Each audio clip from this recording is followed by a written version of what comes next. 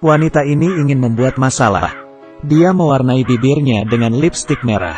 Setelah satu tatapan, dia membuka jubah hitamnya. Semua pria pun melihatnya. Perlahan mengibaskan rambutnya membuat semua pria memperhatikannya. Luar biasa. Dia perlahan melepaskan sarung tangannya. Berdiri dengan elegan. Menunjukkan lengannya yang seksi. Menggigit dengan bibirnya. Sarung tangan kanan juga dilepas. Dan melemparnya. Saat itu keadaan lapangan menjadi kacau. Dia bernama Ercui. Adalah seorang penjahit. Di saat dia berumur 5 tahun. Diusir oleh penduduk desa. 20 tahun kemudian. Kenapa dia muncul lagi di sini? Apakah rindu dengan kampung halaman? Bukan. Dia datang untuk balas dendam. Ercui dari kecil tidak pernah bertemu dengan ayahnya. Anak sebatang kara. Selalu diintimidasi. Guru di sekolah. Dokter di klinik. Hari ini, sekelompok anak ini ingin mengintimidasinya lagi. Dia bersembunyi di balik kincir. Tapi baru saja turun, ketahuan oleh seorang anak laki-laki. Dia langsung menariknya ke pojokan. Dan mendorongnya ke dinding tidak boleh bergerak. Kalau tidak dia akan membunuh ibunya. Ercui pun diam-diam menurutinya. Melihat pria dari jarak 3 meter. Memperagakan seperti banteng. Lalu menerjang ke perut Ercui. Dan di saat itu, Ercui menghindar. Tanpa panik. Dan laki-laki itu terjatuh. Lalu meninggal. Guru yang melihat kejadian itu tidak membantu Ercui. Bahkan mengeluarkan Ercui dari desa. Terpisah dengan ibunya. Saat itu Ercui baru berumur 5 tahun. Sekarang, dia bukan lagi perempuan yang lemah. Ia berubah menjadi penjahit profesional. Semua yang dibuat olehnya, orang biasa saja akan terlihat seperti putri. Inilah alasan dia kembali. Ingin mengetahui alasan dia diusir. Dia adalah penjahit profesional. Seorang wanita jelek yang tidak menikah. Melalui sentuhan tangannya, menjadi seorang wanita yang cantik. Dengan santai mendapatkan seorang pria. Karya mahalnya Ercui menyebar dalam sekejap di desa. Semua wanita yang semalam masih membicarakannya. Hari ini langsung menemuinya untuk menjadi cantik. Tidak lama kemudian, perempuan di desa semuanya menjadi modern. Hari ini, seorang istri menangkap suaminya ketahuan selingkuh. Dia langsung menemui Ercui. Menginginkan Ercui membantunya berubah. Menjadi cantik dan kembali ke sisi suaminya.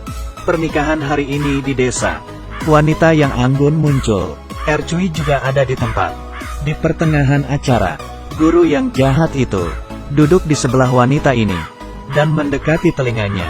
Mengatakan, anaknya dibunuh oleh Ercui. Hal ini membuat si wanita kaget. Ternyata, suami terus membohonginya. Mengatakan anaknya mati karena tergelincir. Wanita yang mengetahui hal ini frustrasi.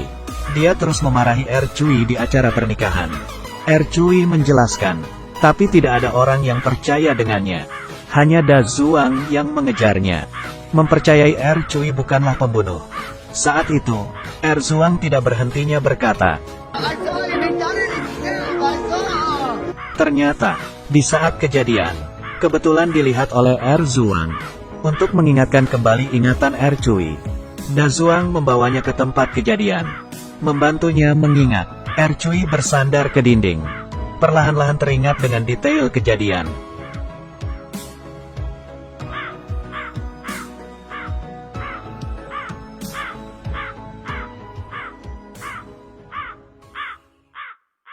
Laki-laki itu bukan Ercui yang bunuh. Ini barulah penyebab sebenarnya dia mati. Di bawah bantuan Da Zuang, dia akhirnya memecahkan masalahnya. Keduanya baru saja bersama. Masalah muncul. Di saat kedua orang ini ngedet, Da Zuang mengalami hal tak terduga. Dia jatuh ke lumbung sedalam 10 meter. Dan tidak bisa keluar lagi. Kemudian penduduk desa membicarakan Ercui. Dia adalah wanita yang dikutuk. Ibunya Ercui yang penyakitan tiba-tiba jatuh. Pria ini melihat dari jauh. Mengambil sebuah koran. Dan menganggap tidak melihatnya. Yang lebih jahat adalah dokter yang dipanggil. Dia menyuruh Ercui untuk menyiapkan hati menerima kematian. Tidak bersedia mengecek ibunya. Ercui hanya bisa melihat ibunya. Dan kehilangan kesempatan untuk menolongnya. Seperti inilah, ibunya meninggalkan Ercui. Kehilangan keluarga satu-satunya, tidak ada lagi tempat dia bisa bersandar.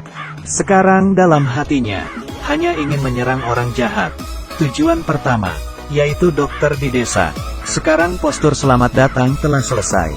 Pusat bergeser ke depan, berlari dan tidak bisa berhenti. Selalu bergantung pada pasangannya baru bisa berhenti.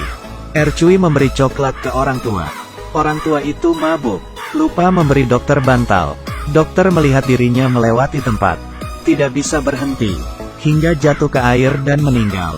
Hari ini Ercui menemui kepala desa, mengatakan hal yang lebih jahat kepadanya. Kepala desa yang tidak bisa menahannya, menusuk saraf kaki suaminya, lalu menguncinya di kamar, dan dia mati kehabisan darah.